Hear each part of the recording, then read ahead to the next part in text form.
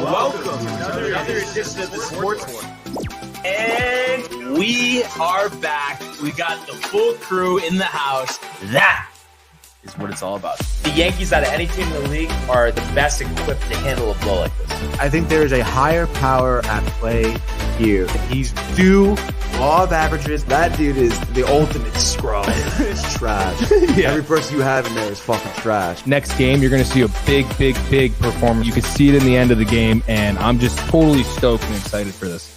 And we are back. Welcome to another edition of the Sports Port. And once again, it is the Barnes and Tony Show. Anthony, how are you, my friends? I'm doing pretty well today, dude. You know, big day in sports, dude. Happy to be back here on the Sports Port with you after the Horseshoe, right? Horseshoe, after yeah, Sunday, first episode since the Horseshoe. Obviously, yeah, great gaming corner last night. If anybody didn't check that one out, that is on the YouTube page. So definitely want to give that a look. And I don't want to spoil any surprises, but let's just say it was a tightly contested game of MLB The Show. And let's just leave it at that. There is so much to discuss, but first I just want to give a special shout out. Happy birthday to my dad today. So I just wanted to give him a special shout out there. Had a great day on the course with him yesterday at the golf tournament at Tashua, and look forward to having a nice birthday dinner later, going to Sally's in Fairfield, Tony. Sally's a pizza, dude? Yeah, Sally's Pizza. Now, has he been there? Not the one in Fairfield, maybe like the New Haven one a long time ago. Have you sat down there? And Not in Fairfield, no. No. You did though, right? We ordered out, Mike and I. Oh, you ordered out. Never sat down. I would love to honestly sit there and order a pie and see what else they have. Do they have, actually, I don't even know if they have any other food. I mean, I think it's menu, like right? a salad, situation. So should be pretty good though.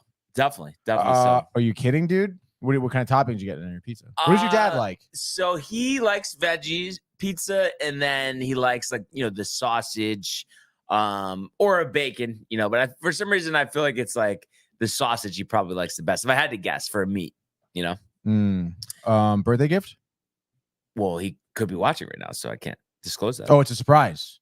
The birthday gift. Yeah. Oh, okay, fine. I mean, I would just say when I'm going to get someone before they get it. No. Oh, I don't know. I thought maybe, with fathers, sometimes they tell you what to get them, just get me a fucking tie, whatever, dude. Hey. So yeah, what we're gonna do here today, normally, we would preview this week's golf tournament tomorrow, but because the Yankees and the Mets were off yesterday, I figured today would be a good day to have our United States Open preview here, the third golf major of the year.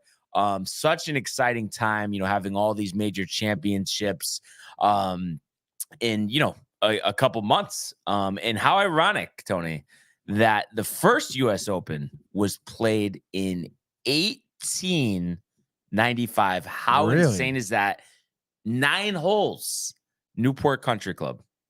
Wow, Newport, Rhode Island. Yeah. Wow, dude, that's sick. Only 9 holes. Yeah. That's crazy. Isn't that unbelievable? Has there been a U.S. Open every year since then? Like it's been consecutive? So I actually have that right in front of me here.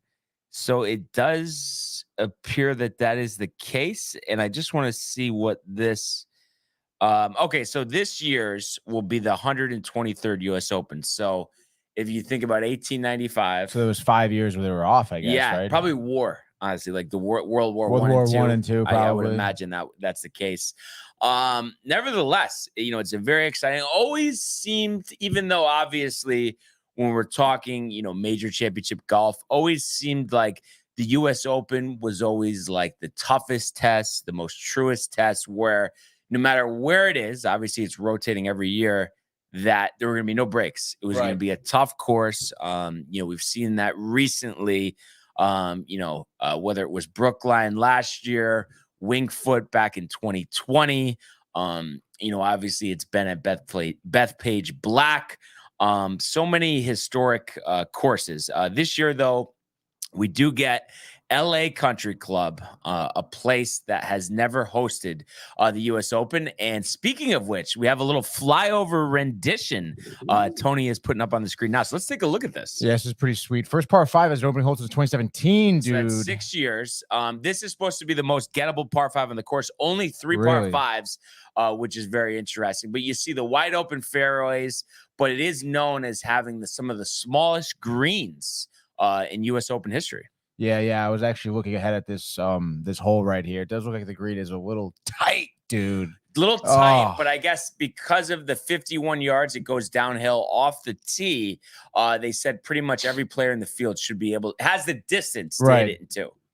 It's pretty intense, dude. It looks like that this course is going to be, quite treacherous for some players, dude. Yeah. We were talking about it even, last night in the game, dude. Margin for error. You were yelling at the creator for the greens. Look at those green directions. I mean, it seemed like, dude, that's kind of par for the course, no pun intended. Yeah, it could be. Let's take a look at 2. We won't get too crazy, Tony. I can watch all 18 here. No, I'll watch all 18. I mean, dude, I'll do it. So this is a par 4, 497. Bermuda grass for the first time since 05, which is interesting. See that slope going to the left. And I don't know. I feel like this fairway though is kind of open, no? This is nice and wide, dude, I suppose. But still 500 yards. Looks like we have some water. A little hazard here. Just a hazard. But actually, I guess you could hit out of that. Bad. Not that you would want to. Yeah, I thought it was water for a second. And then once again, we see how small those greens are, dude, and how much they are sloped. And they were talking about it on PGA Tour Radio this morning. You can't miss the green, and then it's just like, oh yeah, it's an easy approach shot. The rough is ridiculous. Oh my god. Dude. And let's see what we got here for the third hole, par 4. 419 yards. Jesus Christ. The palm trees identifying the location of the green. And Deep Barranca. I don't know if I've ever heard of that one before. It must be negotiated, they said. Holy shit. Well, dude, you see that to the left there. You obviously want to stay right. And once again, the green surrounded by bunkers and looking pretty narrow, trees in the back, so it's not like it's a safe shot to overshoot it. And everything's sloping towards the bunker. This is going to be ridiculous. I think this flyover defines U.S. Open golf. I mean, there's no breaks at all. Do I go to the 4? I mean, while we're at it, Tony. This is, oh my god, you're perched up, 228 par 3, perched up. Shorter tees, roughly 30 feet above the green. Are bent grass. Are you familiar with the types of grass? No, not at all. I got to study up on my grass. Holy shit, dude. Let's see what we got. The slope here. I'm imagining everything shooting down. Yep. Still. Oh. I mean, it's amazing that somebody, most likely, I know recently, there's been some years where it's over par, but most likely someone's going to play this week under par. Yeah, which is nuts. Dude. It is pretty crazy. Is this like one of the harder courses you've seen? Oh, yeah. Like comparing to the rest? Yeah. But also, I mean, you look at a U.S. Open layout, they're all going to be pretty tough, despite, there's been the occasional year. Love those palm trees, dude, where people have lit it up. But yeah, really just such an interesting design. It's amazing that there hasn't been a U.S. Open here till now. Yeah, it's also just pretty amazing that people design golf courses like this, dude. I know. Holy shit, dude. Second largest green. Yeah, and it's funny that still looks small. It does. So I think by looking at these first 5 holes, it gives us an idea. This is going to be a tough challenge. This is going to be a great watch. I'm so excited about it. And just some other statistics, regarding this course. It's almost 7,500 yards, playing at 74-23. It's a par 70. And it's an interesting layout in terms of there's 5 par 3s. And, we saw that on Gaming Corner last night, 3 par 5s. And this is the first such configuration in U.S. Open history. And the first time a venue has had 5 par 3s since the 1947 U.S. Open at St. Louis Country Club. So just to give you an idea there. Also just about this course, the back 9 par 3s, they say the modern trend towards diversity in half par holes is on display here. the 11th hole, which we played last night, playing 290 yards. And I know, it's the pros, but I don't, besides last night when we were playing PGA 2K23, I don't remember ever seeing a golf tournament where the par 3 was 290. No. That's like ridiculous. Yeah, that is. And then the 15th, gives it back a mere 124. And one of the rounds, it's going to be playing 92 yards, the shortest in modern U.S. Open history. That's crazy, dude. So you look at this, I feel like it has a little bit of everything. We mentioned all the par 3s, the longer par 3s, the shorter par 3s, the smaller greens, the sloped greens, the Bermuda grass, and just such an interesting layout. And it's so cool that you could see the LA skyline in the background. I'm so looking forward to, watching the finish to this one.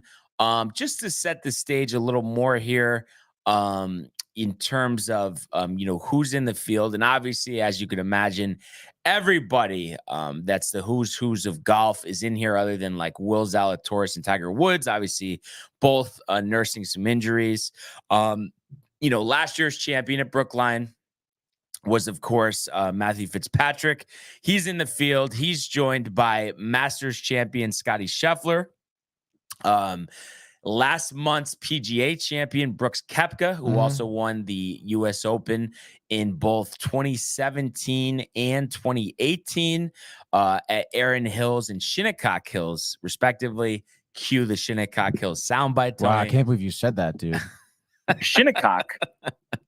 And we know what a competitor, a fierce competitor Brooks Koepka is.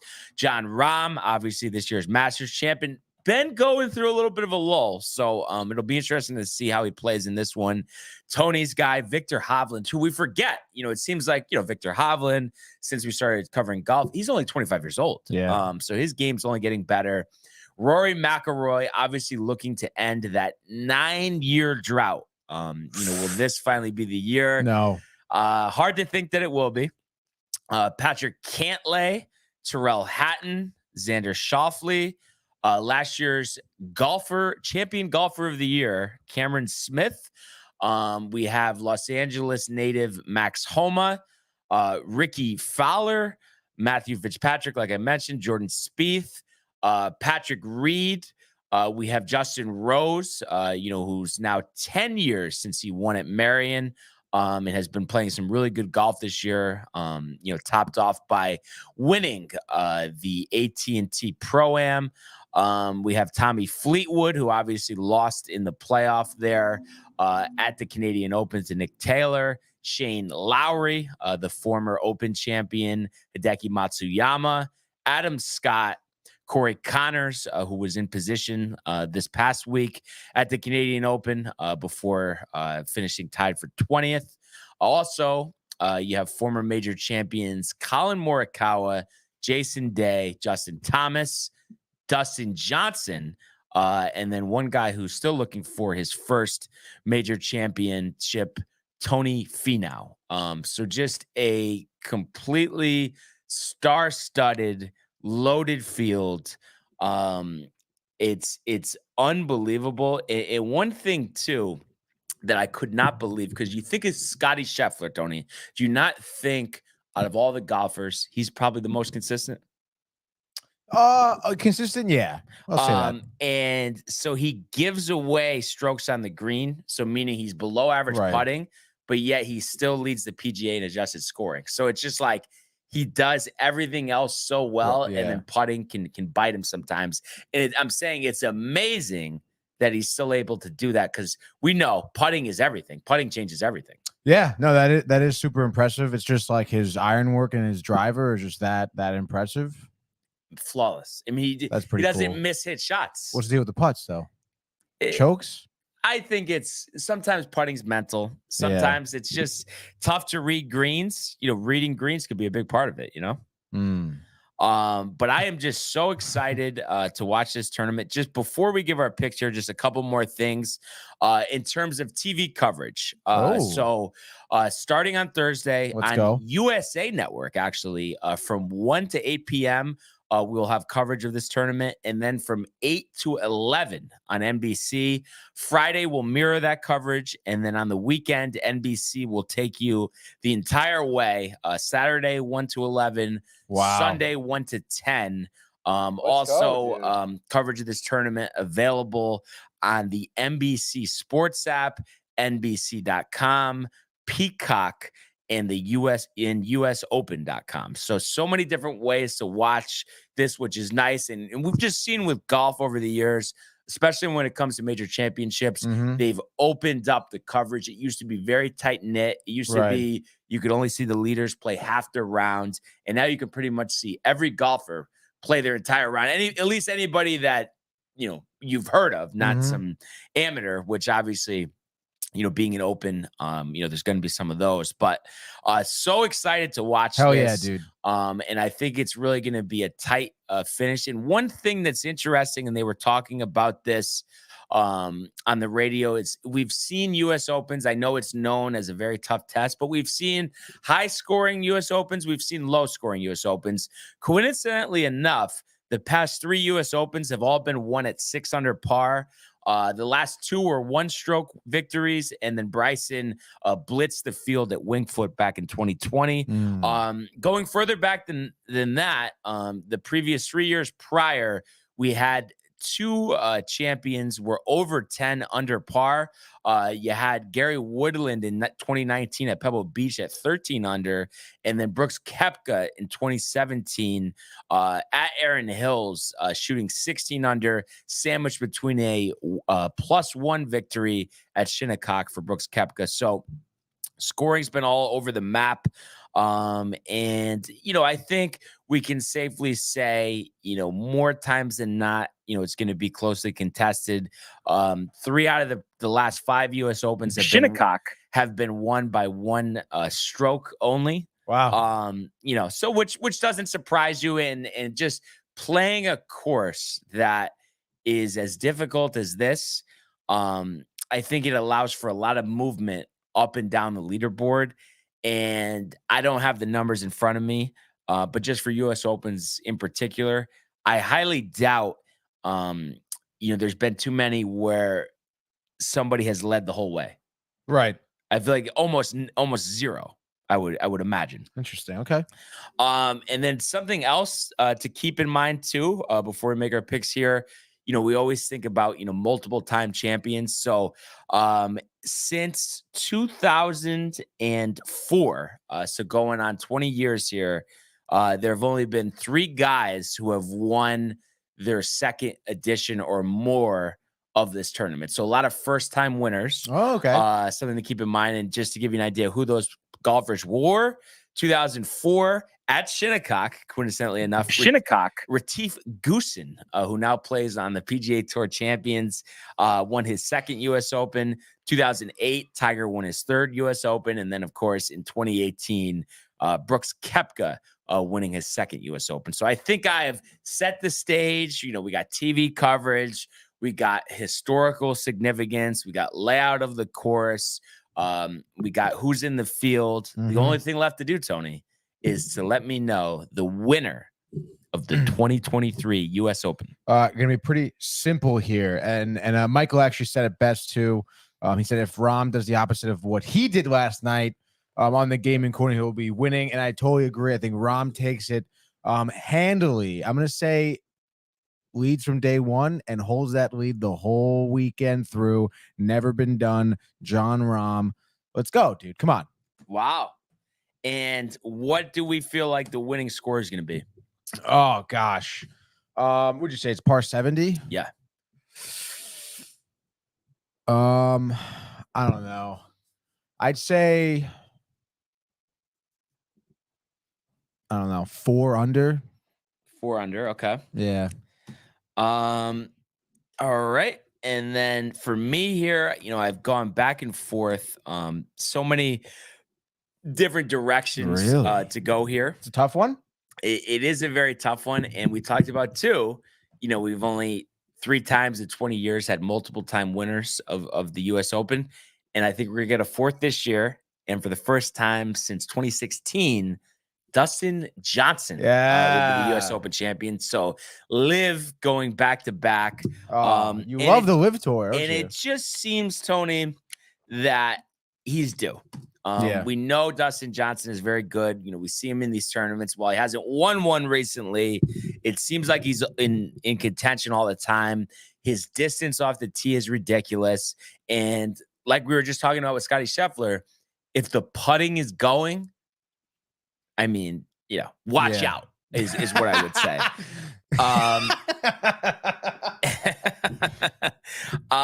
And then actually I want to do one more thing here. I'm going to have you pick a sleeper, but what I want to do is put some stipulations on it because sometimes, this just gets a little too easy here. So we're going to go by the official world golf rankings. Okay.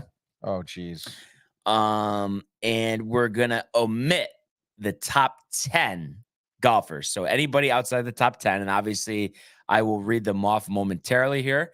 All right. So your top 10, Scottie Scheffler, Jon Rahm, Rory McIlroy, Patrick Cantlay, Victor Hovland, Xander Schauffele, Max Homa, Matt Fitzpatrick, Cameron Smith, and Jordan Spieth. So anybody not named those guys, who would you say is a dark horse to win this golf tournament? You didn't mention Koepka, right? No, but let's put him in there because, come on, he just won the major. He's two-time U.S. Open champion. The only reason he's not in the top 10 is because he plays live, so majors only count. Okay. Let me see. That's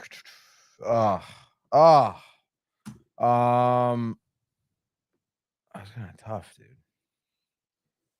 I guess give me Tony Finau. Wow. That was him last night. There we go. Why not, dude? Little consistency out of Tony. Yeah, dude. Oh, by the way, before I give my dark horse, I forgot to give I gave Dustin Johnson, but the score I think is actually going to be 11 under. So it'll surprise some people. Oh, wow. You think so? I think a couple guys like DJ will play very lights out this week, very accurate, and get a feel for the greens as the rounds go on. I guess so. And then in terms of a sleeper here, like you said, this is tough, but it's kind of I've kind of been hot on his trail recently. Justin Rose. Oh, respect the game. Love the revival.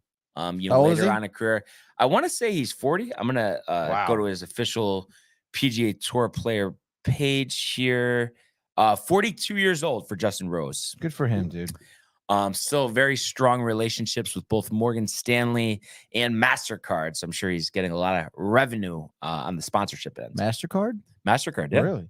Now I did hear that they paired up Rory and Phil. No. So it's Rory and Brooks. I'm looking at the article right now. Really? Yeah. So Rory McIlroy and Brooks Koepka.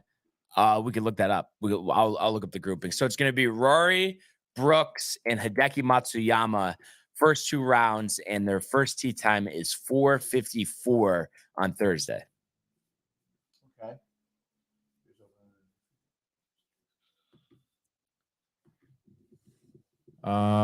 Yeah, I'm just trying to look up to see. I thought I could have swore it said Rory and Phil, but I guess. Let's see. You got there. What's the number one group? Jon Rahm, Xander, Victor Hovland. Okay, see, U.S. Open Golf Digest, dude.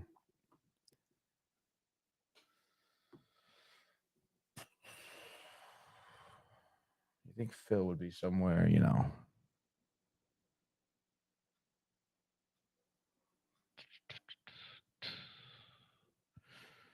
Well, regardless, you think Koepka's gonna be talking mad shit to Rory? No. Really? No, I think he's just gonna be focused on what he's doing.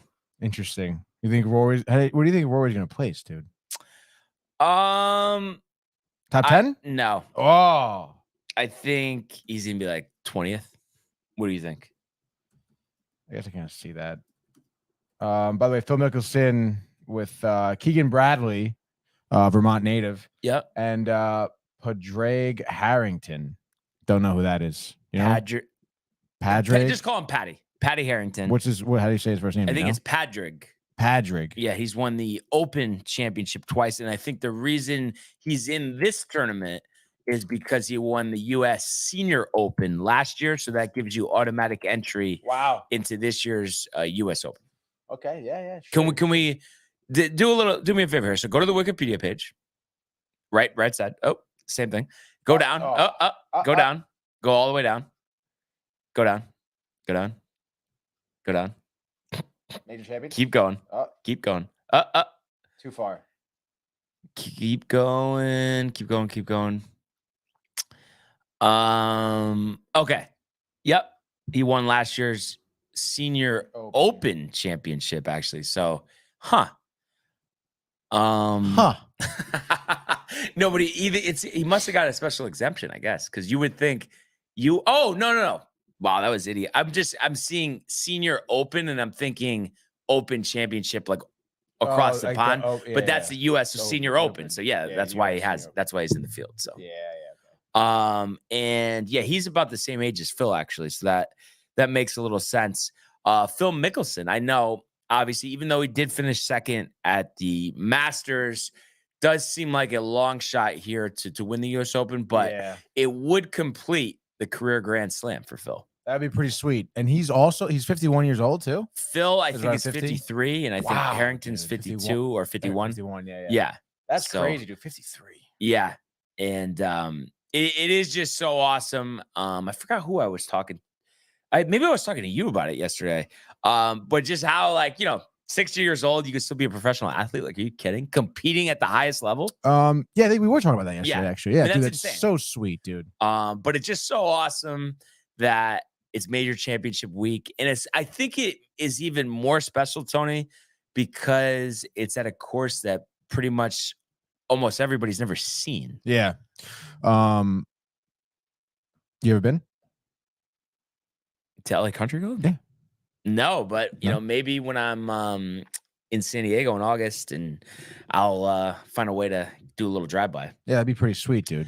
Because it is kind of nice. Obviously, it depends where you are, but I feel like there are a lot of private golf courses where you could drive in there and just take a little walk around. Yeah, because then if anybody says anything, well, I was interested in applying for membership. Where do I go? Yeah. Done. I'm looking for the bathroom. Can you put me in the direction of the bathroom? How much do you think it is to be a part of that club over there? Oh, man. I mean, at least $100K a year. Initiation. Oh, initiation. Yeah, that's not even your yearly. Holy shit, dude. So I'll have to talk to the research department on that.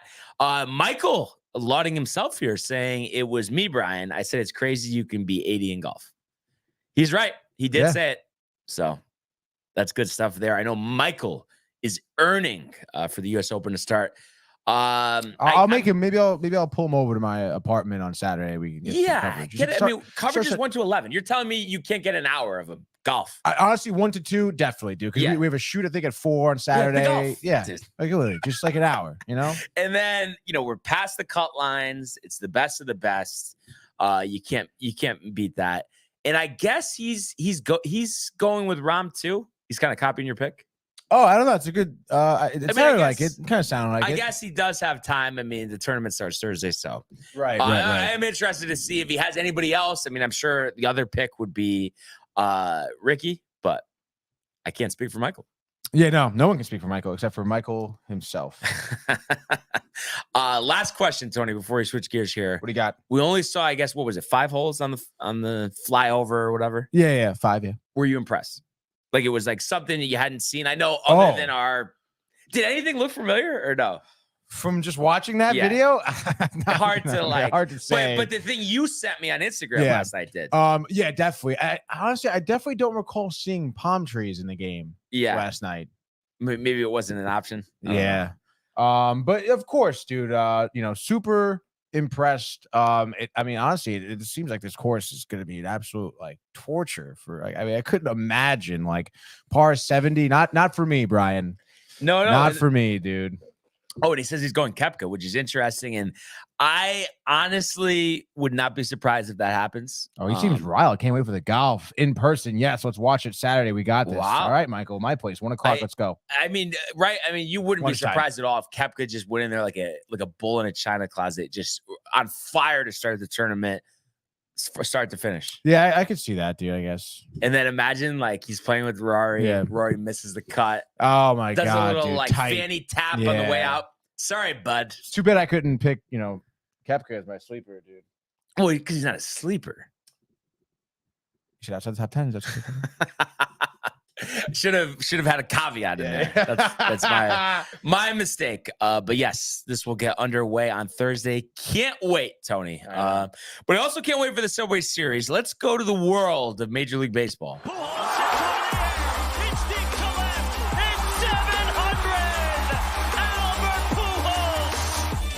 What a play! Stop it, Yep. And Alonso cracks one of the Mets win the ball game. Out of sight. And it works at 100 miles an hour. 14 strikeout. Too deep to left field. There it goes. See ya. One other thing, I just saw this come across our screen. We're talking about Mickelson, and I knew, he had some close calls. We all know about the double bogey in 2006 at Winged Foot to lose that U.S. Open, a record 6-time runner-up at the U.S. Open. So, wow. We saw that performance at the Masters. We saw a poor performance at the PGA. You could get either one, but you would think because of the conditions, it would be tough for Phil. But he is widely known as one of the best short game players in the world. The chipping is unbelievable. Yeah, but clearly can't close the U.S. Open. You said a record 6 times. Yeah, I don't know, but like, do you think being like we saw him take out Brooks at the PGA, a few years ago? Mm-hmm. Do you think like when you're younger, you have this thing? Oh, he folds late, he chokes late. But then as you get older, that kind of fades away due to your experience. Are you asking me that? Yeah. Oh, yeah. I would imagine because, I feel like a lot of those players you see folding late are because they don't have the experience of like, being head to head, late in the tournament, like pressure in the world, no margin for error, can't make a mistake. Like, yeah, that sort of experience and I guess being comfortable in those types of situations isn't something that most athletes, especially golfers too, I think, have off rip. You can only get that through experience. So, but evidently, again, like, I'm not going to say, we could take a deeper dive into these, runner-up tournaments that Phil's been a part of. Maybe he did do everything perfect. Someone was just better, like maybe he did do his best. Maybe he didn't choke. Someone else just did better. It's quite possible. Again, I don't know what happened each time, but, then again, maybe sometimes, people can't, they just crack under that pressure regardless of the experience, especially if, you get run up once, it happens again to you, it happens a third time. Now there becomes, this, and then it's a fourth, then it's a fifth, and then it's a sixth. All of a sudden it's, like Phil can't do it, But the only thing that maybe this is just stupid logic, but I just feel like at his age, he knows it's like, I may never be in this situation again. Right. And I don't know, that just propels him. If he finds himself in that situation. I know he was just second yet again at the Masters, but that was different because he was coming from way behind in the field. It's not like he was right there to win. Technically, of course, he finishes second, but I'm saying it wasn't until he finished his round that he was in that position. Right. No, yeah, you're right. So, and he could do that. And again, that's something possible where, again, you talk about his experience and having someone who is kind of has that mental fortitude. He kind of proved that a little bit throughout the Masters. Again, like too little, too late for sure. But for him to be in that position, like you said, like he finished his final round and got into second place. Like he was absolutely dealing. If there was a few more holes, he could have taken first place for sure. So, I guess, time will tell. I think Phil will be competitive. Again, and he's someone who has been in these situations before, and like you said, having that type of mentality where this is it for me, like I'm going to give it my all, it could push him up there. We've seen it in sports before. Yeah. So that's another fascinating storyline to watch. So Albert Pujols is a great example. Exactly.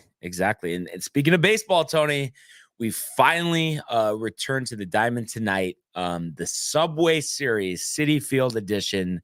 We have the Yankees and the Mets. We have Max Scherzer versus Luis Severino. Both teams were off yesterday and will begin game 1 tonight at 7:10, nationally broadcast on TBS, of this Subway Series. And, you look at on the Yankees side of things, very, very disappointing loss on Sunday against the Red Sox, a game that they led 2-1 late. Weren't able to close that one out. And they've lost 4 of 6 in those games coming against the White Sox and the Red Sox, respectively. On the Mets side of things, we know losing 2 out of 3 to the Pirates, being a season high 4 games under 500. Right. So both teams desperate for a win in the worst way. And we've seen over the last couple of years, these games have been very tight, very split. And you would imagine it would be more of the same here today. And I think we have 2 pitchers. I know Scherzer was the last time out. He got bombed, but was striking out guys against the Braves. Yeah, against the Braves. I mean, he was doing really well. It was just like in the 6th inning, just ran into some trouble. There were some fielding errors too, but he ended up having 10 Ks through 5 2/3. So. Yeah. And I'm saying, so he looks like his last couple of starts, despite that, kind of has trended in the right direction. Oh, yeah. And then you look on the other side of things, Severino had some great starts off the injured list, but his last 2 starts against the Dodgers and the White Sox, he's given up 11 earned runs. 4 earned runs last time against Chicago, 7 versus the Dodgers. So, he'll obviously be looking to turn that around. And it's just so tough, the position that both teams find themselves in, where, here we are and we're not even to the exact middle point of June. And you feel like every game is a must-win game to get to where we want it to be before the season started. Yeah, man. I mean, there's a lot of different, I guess really storylines coming in. Everything you mentioned, these 2 teams desperate for wins. And you look at the Subway Series last year, it was, they weren't any blowout games. It was tight games.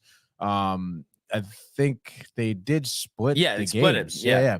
And then on top of that, I mean, both of these teams are missing their power hitter. Alonso out, Judge out, for these 2 games, which is super interesting and super annoying. It is a little annoying, yeah, because these are also 2 players that happen to be like obviously Alonso leading the league in home runs and Judge up there with how many home runs is Judge? 19. Yeah. So again, like it would have been great to see these guys at the same stadium playing, but again, maybe the next time these 2 teams meet, who knows? But nonetheless, I still think it's going to make for some great baseball. Like you said, I think these 2 teams being desperate to get wins. I think they're going to be like a lot of players coming out of the woodworks that you really wouldn't imagine. For me, honestly, from a Mets perspective, someone who's actually been hitting really well. I know I keep ragging on him for being a terrible outfielder, but Marte, I think in his last 15 games is averaging like 330 or something like that. His last 5 games is averaging like 350 something. So he's been hitting the ball really well. And of course, you got to say, where he lacks in his fielding, he does make up on the bases. He is a great base runner. Mm-hmm. We see him all the time. The Mets do not hesitate to send him for steals and stuff like that. So I would imagine he'll be, challenging the Yankees around the bases, as well as been hitting well. So it'd be interesting to see, honestly, where he is in the lineup too. Because you have guys like Lindor, Nimmo, McNeil, who's pretty high up in the lineup and have been batting well. So maybe Buck will move some guys around, but I don't know, dude. We'll see. I would imagine we're going heads up for this, right? Oh, of course. So you're taking the Yankees, I assume, right? That's like your mother asking you if you were playing with the Mets last night. Yeah. Oh my goodness, so funny. And I'm just curious. My thought about this, and I know recently, you just said how we're both missing our best player, but the Mets have scored more runs recently than the Yankees have. But I look at this game, and I think that it's going to be a pitcher's duel, at least early. Interesting. What do you think? So? No, I think Severino gets absolutely hammered, bro. Yeah, but that sounds more like that's what you want to happen, not that necessarily are positive that that's going to happen. I mean, am I positive that's going to happen? I guess I'm not positive or anything, but personally, I think the Mets, who've been doing again, like it's so crazy to think how many runs the Mets have been scoring, and they've been losing all these games. To think about how many games they lost last season, like 1-0, 2-0, whatever. Like the last one, 2-1, which was was it whatever you want to call it, an albatross? I guess we could call it that. Yeah, absolutely, dude. I don't know. I think it's gonna be Alvarez and Beatty coming out early, and then like again, I think Marte is gonna be batting really well too. I think Sevy through maybe 3 2/3, giving up 4 earned runs already. Well, the only thing I'm concerned about is giving up 7 home runs in 20 innings, 20 to 30 innings. So Alvarez is gonna have a nice maybe 2 home run game. No, but I just think as bad as he's looked the last couple of times, right? He's due to like now. All right, enough. Thing, what's his go-to strikeout pitch? Do you know? I mean, he really uses everything, but I know he loves pumping the fastball, but yet change and slider are pretty good as well. Yeah. So it's kind of a mixed bag. And I think we could say the same for Scherzer. Oh, yeah, definitely. I mean, probably like literally the same, where he loves pumping the fastball, and then he also loves his changeup and his slider. I just feel like his slider is so good, though. I feel like it's that's got his so best much pitch. movement to it, too. Yeah, and then when he mixes in that changeup, too, it does fool a lot of batters. Yeah. But again, it all kind of really revolves around Scherzer getting his fastball going. Right. Like, like first batter, I mean, you're probably going to see like literally like fastball for the first at bat. Yeah. Yes. High in the zone. High and away, he loves. So we'll see, dude. But yeah, so back to what I was saying. I think it is going to be a pitcher's duel. I think it's going to be honestly a 2-2 game after 6. I think both starters go 6 innings, get a decent amount of strikeouts, and then battle the bullpens. You're dealing with the best bullpen in the league versus potentially the worst bullpen in the league. And I think is that factual? I hope we get to that. I mean, please look it up. I know the Yankees have the best bullpen ERA. I don't know about where the Mets fall. And I think, we'll be able to score probably 3 off the bullpen over those final, 4 innings, or 3 innings actually. End of the day, I think it's 5-2 Yankees. You got Clay Holmes with a flawless 9th inning. I think it would be his 10th save of the year. And I look forward to taking game 1 of the Subway Series. Where are the Mets with the bullpen era? Somewhat around the middle of the pack, 4.34. The worst being Oakland with a 5.93, of course. Oakland, who's won 4 in a row and just beat the Rays yesterday. Yeah, dude. But come on, that's not really happening. But Ken Waldichuk, did you see? Yes. Saved. Unbelievable. How often do you see that, dude? You don't. You really don't. Debbie had one for us earlier this year. How about the Guardians, though? 3.01. Second. Guardians are so bad, though. Good bullpen. Bad people. Angels, though, that's kind of surprising for me, too. They're top 5, number 4 there. Yeah. That's pretty sweet. But I don't know, dude. If you're asking me, I think after 6 innings, it's going to be 4-2 Mets. Battle of the bullpens. I mean, I think it's inevitable the Mets will give up a run from their bullpen. Just one, dude. And I think that the Yankees will give up 2 more runs. So I would say Robertson gets a save. And Mets win, what did I say? 6-4? 6-3? 6-4.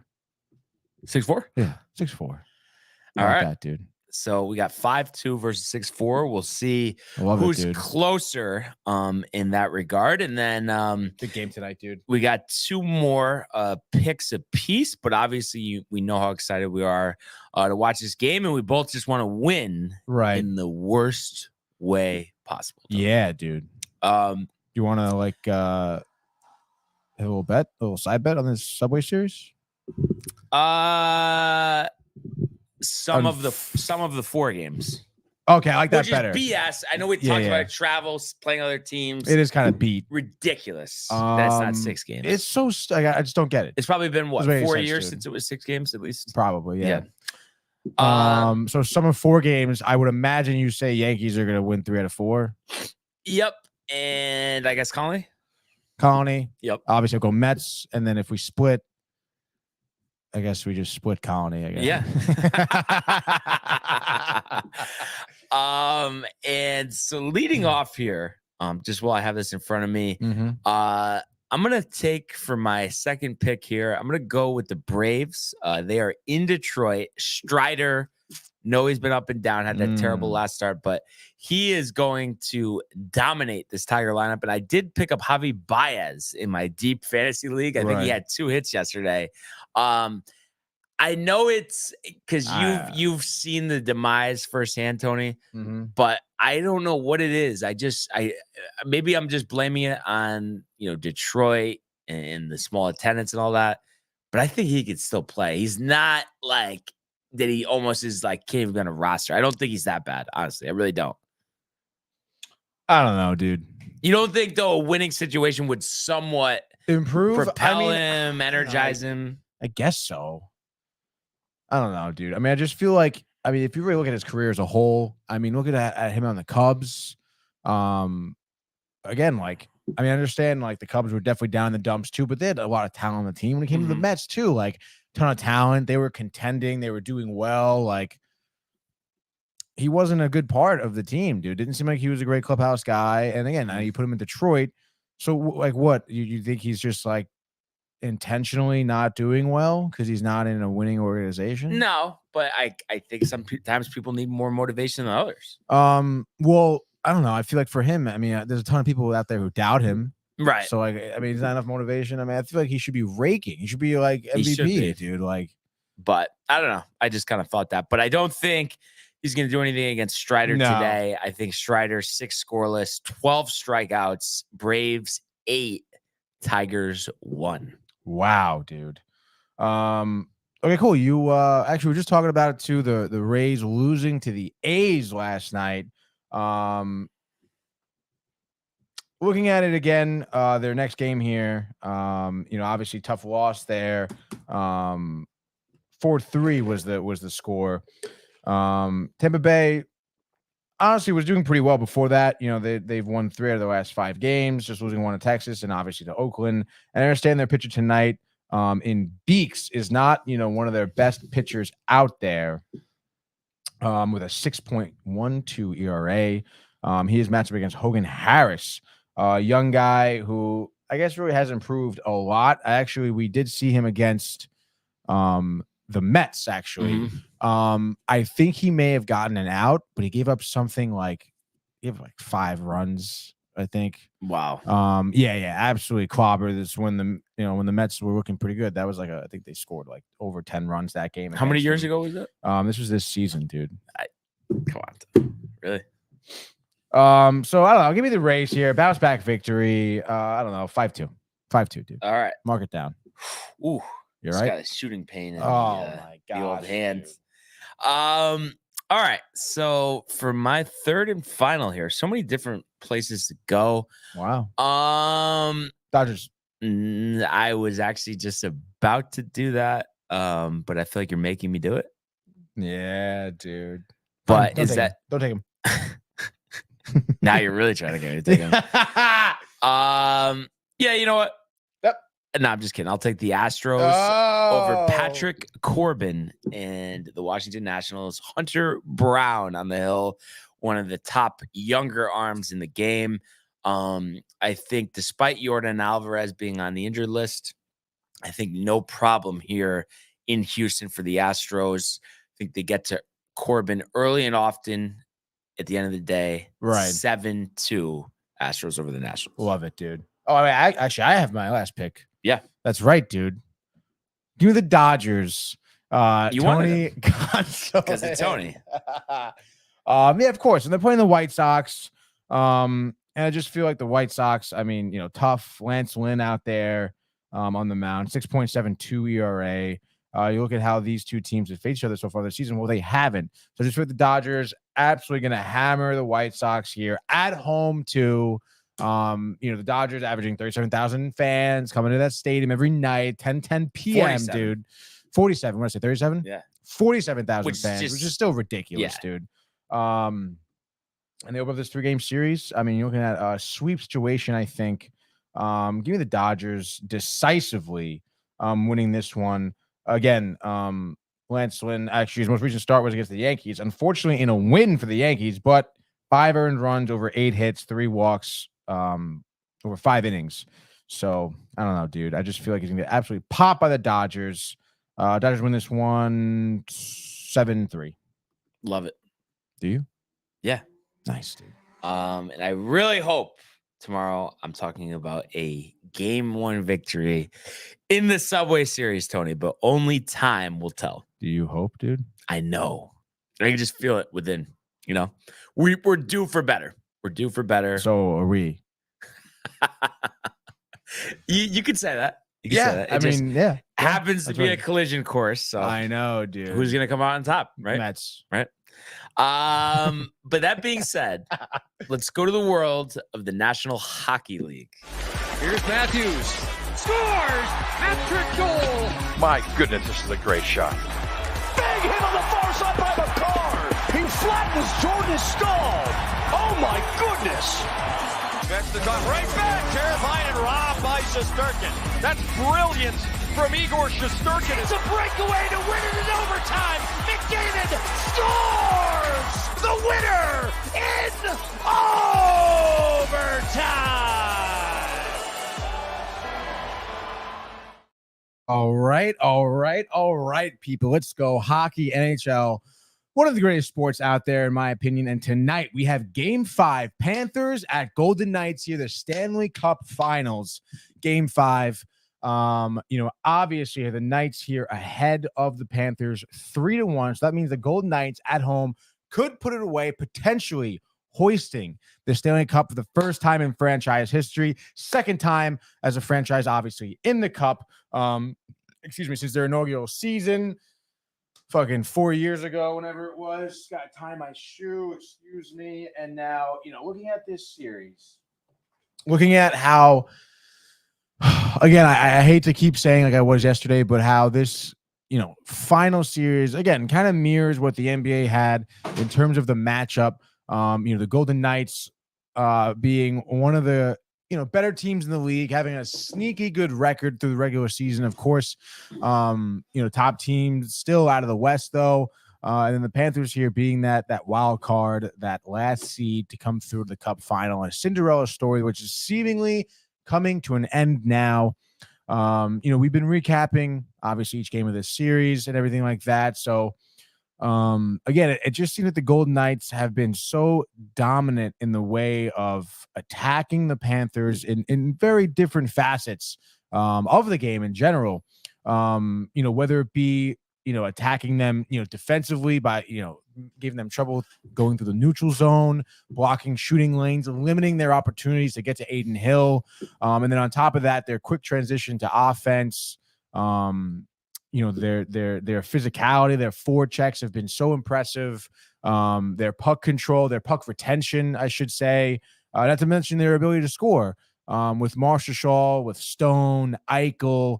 It seems like with Carlson too, it seems like they can just be, all over the ice is what it is. Cause I've been saying this too, that they just spread the wealth so, efficiently throughout their lineup. Again, you're looking at the Panthers team, and the storyline has been, no one has an answer for the Kachuk line. It wasn't like, wow, like look at the entire team. I understand you have other contributors like Montour, Stahl, even Andrei Barkov too. But I just think that Vegas has proven already through this series that they're the better team, and they're going to close it out tonight.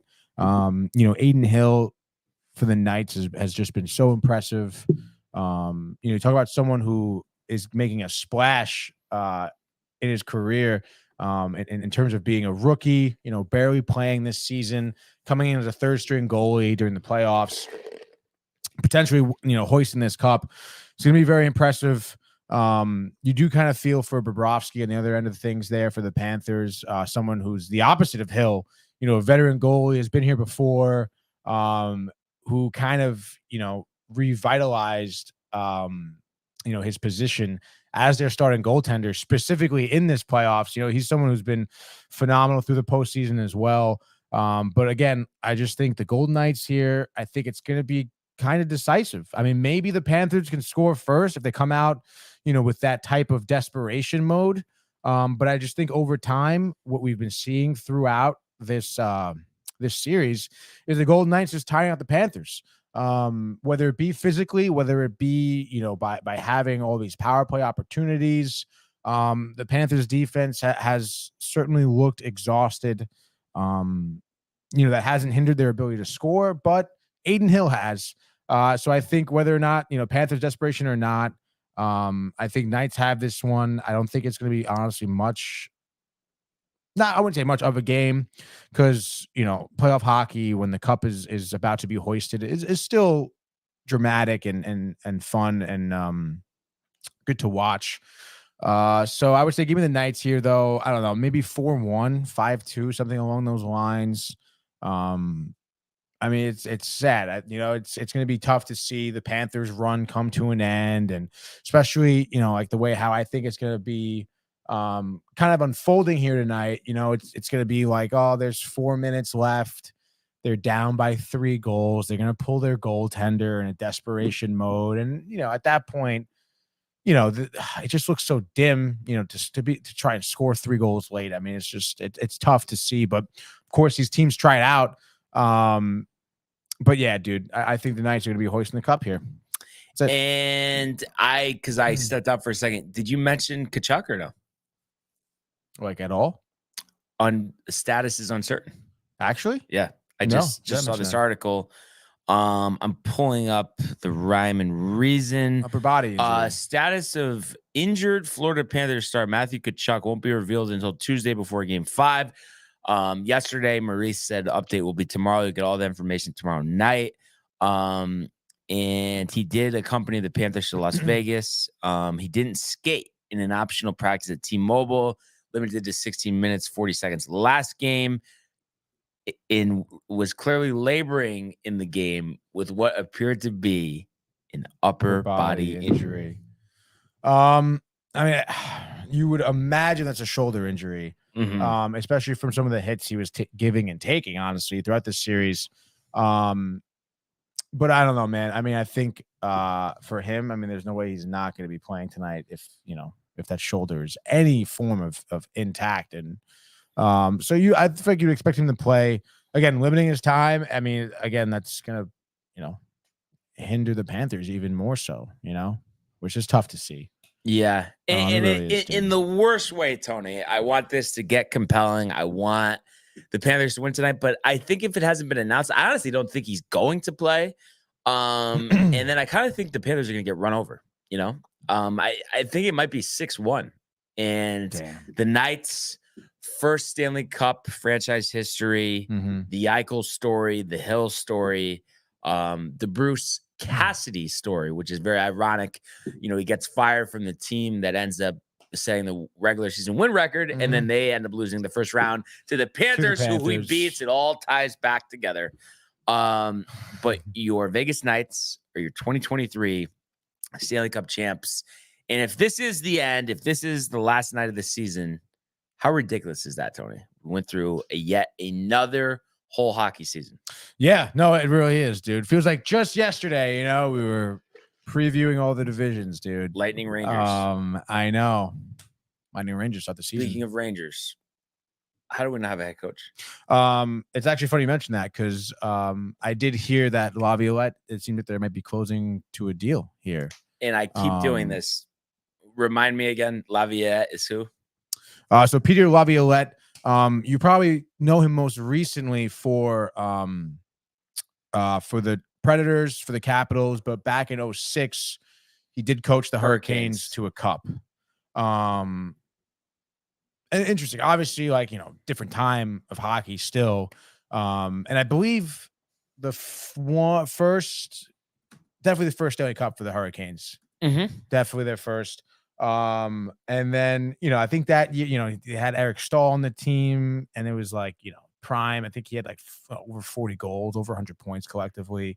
They had a great team. And obviously, I mean, you got a team there. I think there was some dramatic like game 7 series to like 7-game series they kind of came back from too. So Laviolette is someone who's been there. Obviously, it's been, what is that, like 7 years since he's been to the Cup final. Yep. So, but it's nice to have a guy who's been there. And, I think in terms of what you were saying, like how we not have a head coach already, I think, I think the Rangers were kind of waiting to see what happened with Mike Smith for Pittsburgh. How Mike Sullivan? Mike Sullivan, yeah. Sorry. But I guess he's staying, or he's gonna stay. And then seeing how the league would discipline Quenneville and everything like that. So, but I think there might have been some pushback from like sponsors, season ticket holders for Quenneville. Of course, dude. Yeah. I mean, kind of. What are we even talking about? Yeah. Any concern? Laviolette career 78 and 76 in the playoffs, so just a tick over 500. And you look at it since 2014, he's made it past the second round, past the first round twice. Since what year? 2014. So 9 years. Made it past the first round twice. Missed the playoffs twice. Missed the playoffs twice with who? The Predators? Predators and then the Caps. Really? And then also he is so it would be 7, which is he's 5 games under 500 since winning the cup in the playoffs. Wow. Like in the playoff playoffs, record, he's 5 games under 500. Under 500. Regular season, he's 752 and 503. But Gallant could coach the regular season. That doesn't matter.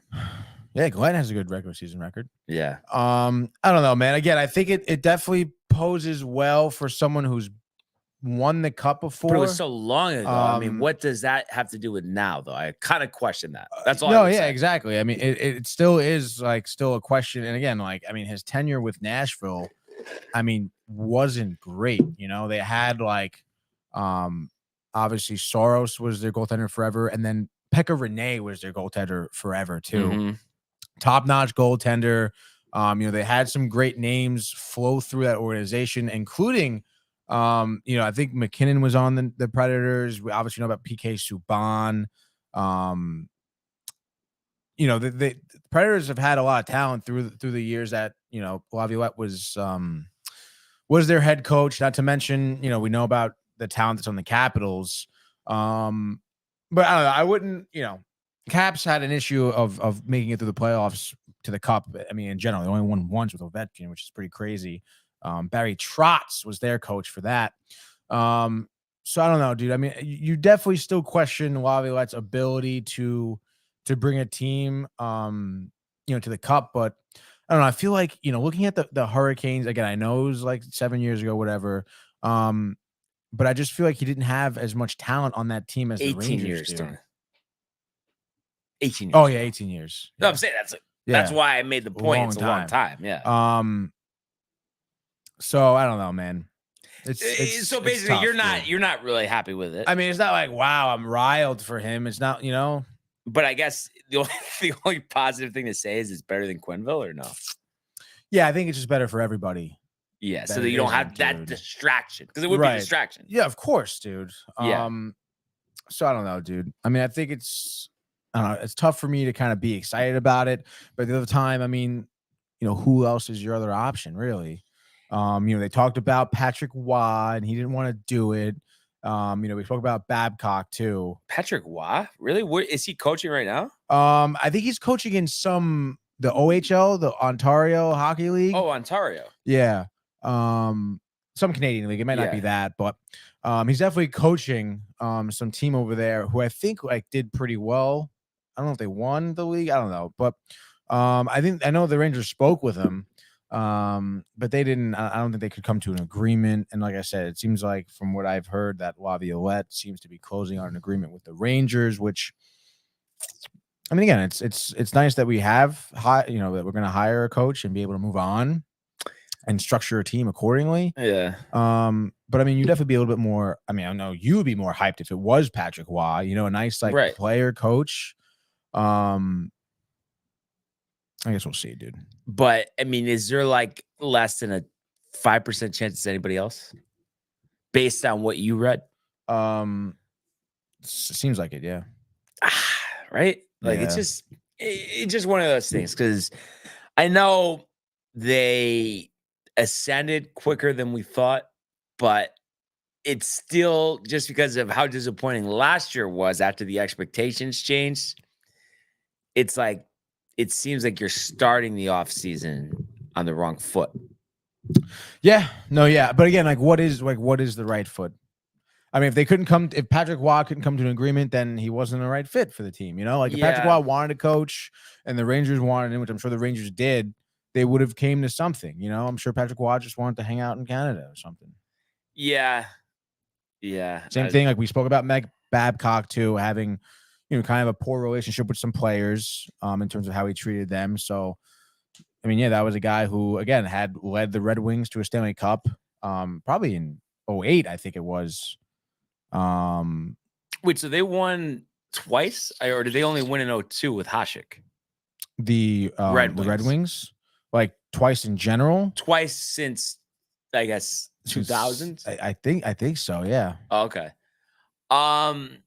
And I know I always go to this, but just to kind of get a feel comparison wise, would you have been happier with this or Trotz?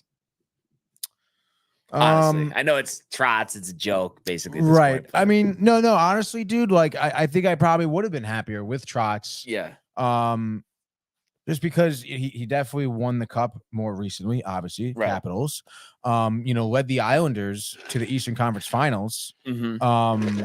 Which, like, you know, the Islanders at the time were a broken organization. You know, Jonathan Tavares just left. They were tight about that. They had acquired Matthew Barzal, youthful talent. It was kind of, you know, reminiscent of a Rangers organization that's kind of hitting a bounce back, have a lot of youth. So I don't know. I feel like he could have been a better fit. But again, I mean, like, I don't know, obviously. I mean, the Capitals bounced him after winning a cup. That's kind of weird. The Islanders bounced him after going to the, you know, going to the playoffs. That's also kind of weird. Like a gallant red flag, basically. It is a little bit of red flag. And now he's a GM of the Predators, actually. Right. So it's like, why isn't he coaching? No one wanted him to be coaching. Like, again, maybe it's something behind closed doors where we're here from a few years ago where some players had issues with him in terms of how they're being treated, kind of like a Babcock situation. But, you know, I guess we'll see. Time will tell. Again, like I grew up, you know, watching Laviolette coach other teams, but he lost, you know? So again, for me, that's how I see Peter Laviolette. So, but is it also, are we too critical? Cause it's like, you know, we want guys like, you know, they've won all these cups, but it's like, it's tough to win. And if they did win that many cups, they wouldn't be a free agent. Yeah, no. I mean, I totally agree. I mean, sometimes you get that like one-off shot of a really good coach just trying to go somewhere else for whatever reason it is. But yeah, I mean, I think at the end of the day, though, you want someone who's going to be able to like get this team over the hump that they're in. Clearly, Gallant wasn't that. So I don't know. You'll get Laviolette, and is it someone who get over the hump? I don't know, dude. Again, I mentioned how much talent was on the Predators while Laviolette was there. They never really did much. Again, like the talent he had with the Capitals, they did not win. Yeah. So I don't know, dude. And then I guess the only other thing I wanted to ask you, with this offseason in the Rangers, are you expecting big changes, or are you just expecting the same core with minor tweaks? Yeah, I think same core, minor tweaks, dude. And is that the right way to go? Yeah, I think so. You know, I mean, obviously, I don't know. I don't think you can get much change out of your again, like your core 3-4 guys, you know, Kreider, Zibanejad, Panarin. I really don't think there'd be much change there. I can't really see the Rangers dealing those guys, but someone, you know, and I think I mentioned this last time we talked about it too, like, you know, Alexis Lafreniere, someone who can go, even like, you know, I know you have a few free agents too that are going to be up there for kind of grabs. Kendrick Miller being one of them. You could see some of your free agents going. I mean, I would imagine for what I heard, Miller really enjoys the Rangers and wants to stick around.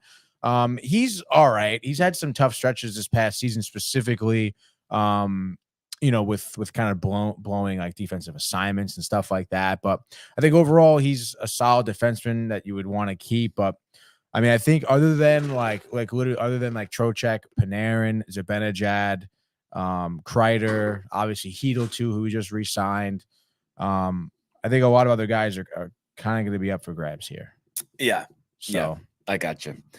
So yeah, it's gonna be interesting to see what happens for sure, and we just hope that the Rangers, make those right moves to get them to the next level, to where we know they are capable of going. But for now, Tony, if we could go to the world of the National Basketball Association. LeBron James at the buzzer.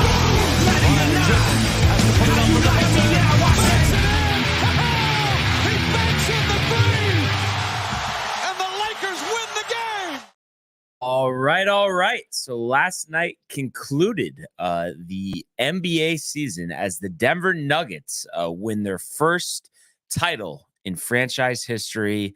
Nikola Jokic, I would imagine, I didn't even actually see the official announcement, but then I actually just saw a little note here. Yes. Finals MVP. We know all the numbers, but specifically last night, 28 points, 16 rebounds. 4 assists, 12 of 16 from the floor. He was aided by Michael Porter's 16 points, Jamal Murray's 14. And this 5-game series, you look at the box scores, I mean, really represented 90s basketball. Yeah. Neither team getting to 100 last night, and only one game in the series, both teams scored at least 100. So pretty crazy. Definitely a little different. And I do feel like, and tell me that I'm wrong, and this doesn't have to go with our anti-NBA bias. But I just feel like the season in general, specifically this series, despite stars like Jokic and Murray and Butler, that this was like the least compelling NBA finals that you've ever seen. Yeah, I guess so. I mean, again, like, I don't know. I was watching this game with Jay last night. Come on, Tony. Got to change battery.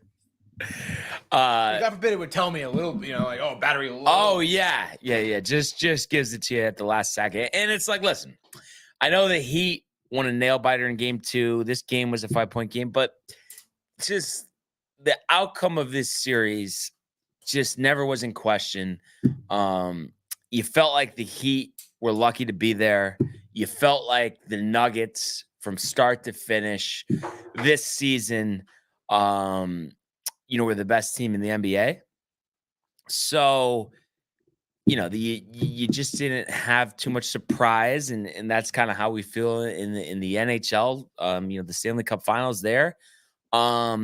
And I know it seems like an uphill battle for a variety of reasons, but I just hope that this offseason, maybe there's changes, rule changes, whatever the case may be, and some of that preventing the lackadaisical defense, the continuous nights off for stars, but somehow opening night this fall, we can get a better product on the court, because I think the quality, Tony, is lacking, especially when we're comparing 5 years ago, 10 years ago, 20 years ago. It just seems like a different game. Yeah, I mean, well, what did you think about the low scoring aspect of this series? But the thing is, I don't want 150, but I just feel like I like 115 to 110 type of deal. That's a pretty specific window, Brian, don't you think? I don't know. You know what I mean? Nobody like struggling to score. I guess it, but also the thing is, unless it's literally like the defender, the hands behind the back, right, like daring him to shoot a 3. I mean, I think it technically, as long as the last quarter is like a close game, does it really matter? Yeah, I guess not, dude. I don't know. I was saying before, like, I was watching this game last night with Jay. And to be honest, I don't know. I thought I was having a good time at first. I mean, I think Miami came out like on a 5-0 run right away. Like, and then, the Nuggets were able to kind of come back. Jokic was fouling a lot early. I think he had like 3 fouls by the end of the first quarter. And it looked like, Bam Adebayo was actually like kind of cooking, and Jimmy Butler didn't even like really start shooting yet. So it kind of looked like Miami could have honestly taken the game. And I know they let it half, which is unfortunately where I kind of stopped watching because I was just like, gotta get out of here. Like, what are we doing? What am I doing here? But I don't know. I thought it was pretty cool, and I don't know. It was definitely. I understand like the Nuggets, did win this series 4-1 at the end of the day, but I don't know. I thought the matchup was pretty good.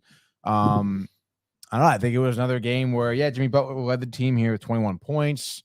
But it was, I don't know. I just didn't think he didn't get going until like, later in the game when he really started to get in some momentum and kind of feeling it. And I feel like Jamal Murray did a great job of honestly D'ing him up.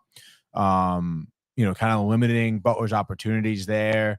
Kevin Love seemed like he was just ripping threes like from the get-go and missing. I think he was 1 for 4 from 3 2 points and like 3 points. Yeah. He was 1 for 4 from 3 like within the first like 5 minutes of the game, and like didn't do really anything after that. It seemed. He's pretty interesting in terms of his career right now, but.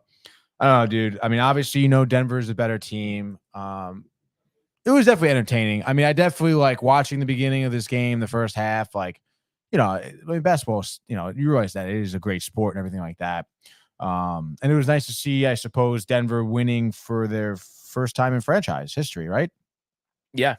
It's pretty cool. And I think it was only really a matter of time. Everyone kind of knew the Nuggets were going to do this, right? Yeah. I mean, I really don't. Well, but that's what I meant. Like, even though you said, I was having a good time last night, but it's like before the game even started, you knew this series was over. So I just feel like it's tough for me to get into something like that. Yeah, I guess so. I mean, you watched more of the game than I did, didn't you? Actually, yeah, but I feel like it was so uncompelling that I, not much stood out, to be honest. That's too bad. I was really honestly like Adebayo looked really good in the first. No, he is good. He has some great moves, man. Maybe Dame Dalla joining up with Butler, with Adebayo. Maybe Hero's healthy next year. I know that is a tough loss. Yeah. But I don't think it made a difference. I mean, I think the Nuggets were still way better. Yeah, but like you can't say having Hero wouldn't help, but I still think it. Give him an extra game, Maybe. Maybe though. No, I'm saying maybe as in like at least an extra game. Okay, at least maybe they'll steal 2. Like I don't know, dude. Yeah. Kyle Lowry, he had a good game, right? Only 12 points, a couple steals though, off the bench. Yeah, off the bench, presence. Yeah, getting near the end. Played 34 minutes too. I thought that's kind of a lot of minutes for him. No? This ends Udonis Haslem's career, 20 years in the league. What do you think? What do you think deals with Spoelstra?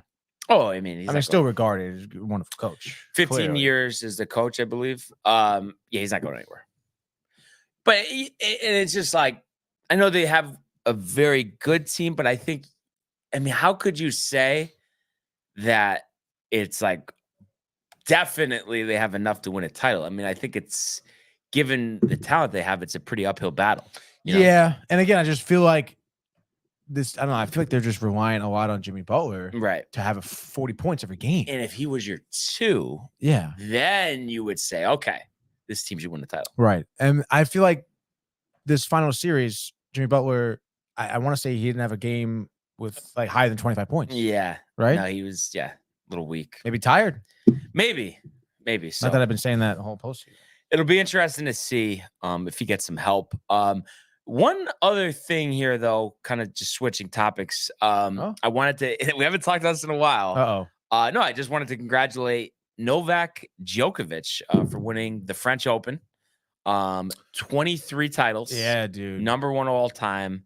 It is amazing what he's done, because you just think about like in golf and whatever sport you want to talk about, where you have a guy, he's this era's best player, but there's always that, well, the other era, this guy was better. Right. But to actually top everybody with major titles, even the controversies had to deal with the last couple of years, maybe not being well received by everybody, well received by others. It really is remarkable what he's been able to do. And also, he's got 23 titles, but he's also won each major 3 times, which I think is pretty impressive. Oh my God, it's huge. And again, you mentioned like, to use a sport like golf as another example too, like to remain consistently great. It's like, it's another sport like, like golf, where it is just you. It's no one else like out there. Like you're on the court, whatever, like you're playing against another opponent. It's about how good you are. And it's not a team sport. It's an individual sport here for the most part, play doubles, whatever.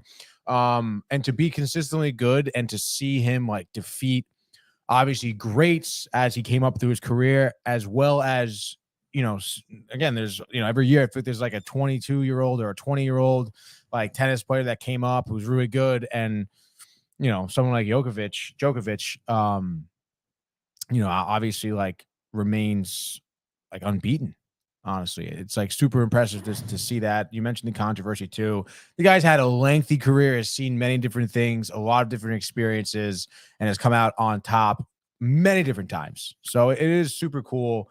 Again, especially, a sport like tennis, which is for me very entertaining. It's like so fun to watch. Again, it's just mano-a-mano here, Right. It's really cool. So yeah, congratulations to him. And the fact too, I mean, it shows you're an all-time great, and obviously the career is still going at age 36, which is impressive to say. He's like the top player in the world, and he's 36 years old. Tennis, we know as you get older, it gets tougher. But the fact that there's been, from his first major to his most recent, 15 years. I mean, that just shows for 15 years, he's been one of the best tennis players in the world. He hasn't gone more than 2 years, and it only happened one time, 2009, 2010, where he didn't win a major since that started in 08. That's ridiculous. And he's won 3 out of the last 4 majors that he's been in. That's crazy. So he's still going. He's not plateauing. No. Wasn't allowed to compete in Australia last year, right? Or the U.S. Open. I think he's allowed at the U.S. Open this year. I'm not positive about that. Gotta be, dude. But it would be something it would talk about how well he's played. During this stretch, he's won 3 majors 3 separate times, but has not been able to go all 4. I hope he gets the opportunity to do that this year. And then you want to also talk about dominance, Tony. How about this? His record in majors is a combined 348 and 47, which is an 88% winning percentage.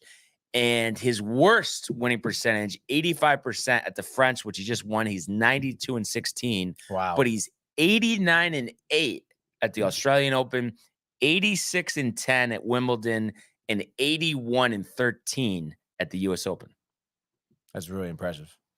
So good stuff. Crazy. And I think he probably really wants the U.S. Open. He hasn't won one since 2018. And if he could go Wimbledon, U.S. Open, get that Grand Slam in one season, that would be quite remarkable. That'd be sweet, dude. U.S. Open, August. Yeah. For sure. Yeah. But U.S. Open golf this week first. I always used to get them confused, honestly. We're not going to that, though. Well, we could. Could we? Yeah, why not? Really? Yeah.